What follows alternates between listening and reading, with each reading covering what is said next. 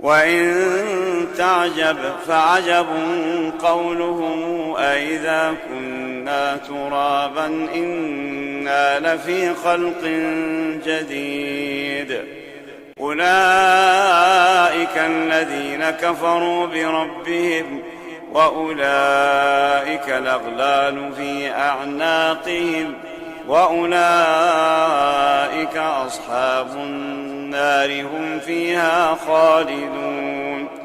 ويستعجلونك بالسيئة قبل الحسنة وقد خلت من قبلهم المثلات وإن ربك لذو مغفرة للناس على ظلمهم وإن ربك لشديد العقاب ويقول الذين كفروا لولا أنزل عليه آية من ربه إنما أنت منذر ولكل قوم هاد الله يعلم ما تحمل كل أنثى وما تغيض الأرحام وما تزداد وكل شيء عنده بمقدار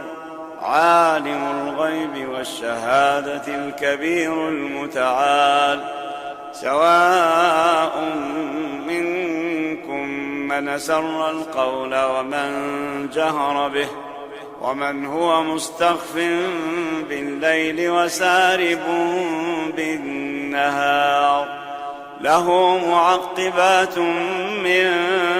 بين يديه ومن خلفه يحفظونه من أمر الله